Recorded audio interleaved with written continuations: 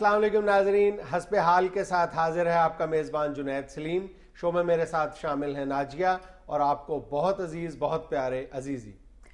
آج حسب حال میں ہم گفتگو کریں گے نہروں، دریاؤں اور سمندر کو گٹر بنا دینے کے مجرمانہ رجحان پر. اس کے علاوہ مخبرنامہ، سیاسی فلم اور خبروں پر عزیزی صاحب کا تبصرہ بھی شامل ہے. مگر سب سے پہلے بات کریں گے امریکی جرنیل سٹینلے میکرسٹل کی برطرفی پر.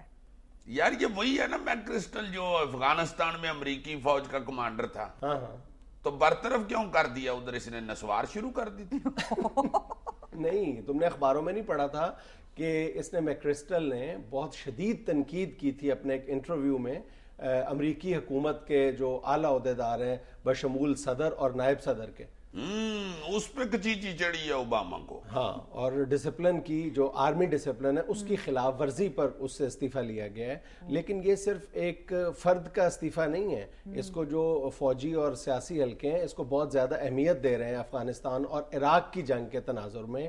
وہ یہ کہتے ہیں کہ یہ میکرسٹل جو ہے یہ پوری ایک شخصیت کا نام نہیں ہے بلکہ امریکہ کی جو ایک لابی ہے جو امریکہ کے اندر کام کر رہی ہے اوباما ایڈمنسٹریشن کے اندر، یہ اس کا ایک نمائندہ ہے جس کو یہ نیو کونز کہا جاتا ہے نا. اور یہ میکرسٹل صاحب وہی ہیں جنہوں نے جب افغان پالیسی کی بنیادیں طے کی جا رہی تھیں تو اس نے اوباما کو یہ زور دیا تھا اوباما پہ کہ ہمیں ایگریسولی اس کو ڈیل کرنا چاہیے افغان مسئلے کو اور زیادہ لینینسی نہیں شو کرنی چاہیے. اور بالآخر اس نے اوباما کو اپنی بات پر قائل کر لیا تھا جس کے بعد ایک بڑے پیمانے پر ایک فل سکیل وار چھیڑ دی گئی تھی افغانستان میں. تو اس کی بنیادیں میکرسٹل نے ہی ڈالی تھیں. اس کی شکل سے بھی لگتا ہے کہ بہت زیادہ تپے پھرتا ہے وہ.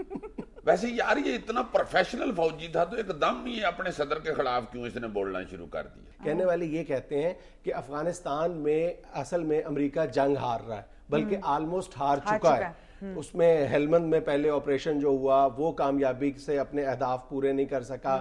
پھر کندھار جو طالبان کا سب سے زیادہ سٹرانگ ہولڈ ہے وہاں پر آپریشن کی تیاریاں کی جا رہی ہیں لیکن وہاں پر بھی ناکامی جو ہے وہ امریکہ کو سامنے نظر آ رہی ہے. بلکہ اب یہ تھا، اطلاعات امریکہ کے پاس یہ تھیں کہ طالبان ایک بہت بڑا جوابی آپریشن شروع کرنے والے ہیں افغانستان میں.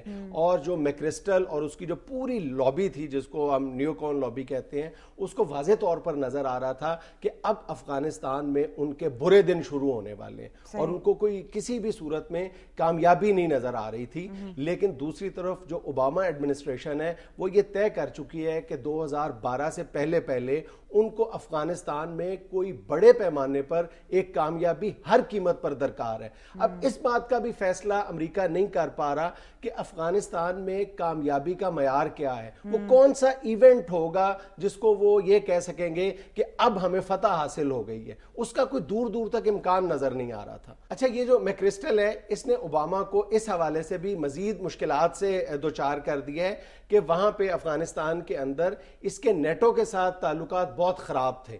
یعنی کسی طرح بھی ایٹ ایز نہیں تھے وہاں پہ. یہ دیگر جو وہاں پہ فورسز لڑ رہی ہیں امریکی فوجی اور جو دوسرے افواج وہاں پہ یورپی لڑ رہی ہیں ان کے اور ان کے درمیان بہت زیادہ اختلافات تھے. اس میں جو سب سے زیادہ اختلافات تھے وہ جو افغانستان میں برطانوی سفیر ہے کاپر کولز اس کے ساتھ تھے. یہ جو کاپر کولز ہے یہ بہت عرصے سے امریکہ کی حد سے بڑی ہوئی جو اجارہ داری ہے افغان جنگ پر اس کے یہ بہت خلاف ہے. یہ کہتا ہے کہ یہ افغانستان میں جو لڑائی جاری ہے اس کو کوئی امریکہ کی سول ایکسکلوسیو پراپرٹی نہیں سمجھا جانا چاہیے. اس کو سول ڈومین نہیں بننا چاہیے امریکہ کی. یہ سب کی مشترکہ لڑائی ہے اور اس کے فیصلوں میں بھی سب کو شریک ہونا چاہیے تھا. کاپر کولز ہی وہ بندہ ہے جس نے یہ شروع میں یہ بات کہی تھی کہ افغانستان کے اندر ہندوستان کی جو ضرورت سے زیادہ مداخلت ہے یہ بھی ہماری جنگ کے لیے نقصان دہ ہے. اور یہی وہ شخص ہے جو یہ چاہتا ہے کہ اگر طالبان کے ساتھ کوئی مذاکرات کرنا چاہتا ہے امریکہ اس کے لیے پاکستان کی مدد جو ہے وہ ناگزیر ہے. نہیں تو انڈیا دوسری جگہ سے اٹھ کے وہاں کیا لینے گیا ہوا ہے جی؟ یہ تو بین الاقوامی برادری سے پوچھا جانا چاہیے نا کہ جو افغانستان میں اس کی بیجا مداخلت کو برداشت کر رہا ہے، نہ صرف برداشت کر رہا ہے بلکہ اس کی حوصلہ افزائی بھی کی جا رہی ہے. یہ کاپر کولز نے بڑے مضبوط دلائل دیے تھے ہندوستان کی مداخلت کے بارے میں. اچھا، دوسرا یہ کرزئی کے بارے میں بھی بہت سخت رویہ رکھتا تھا کاپر کولز جس کے کہ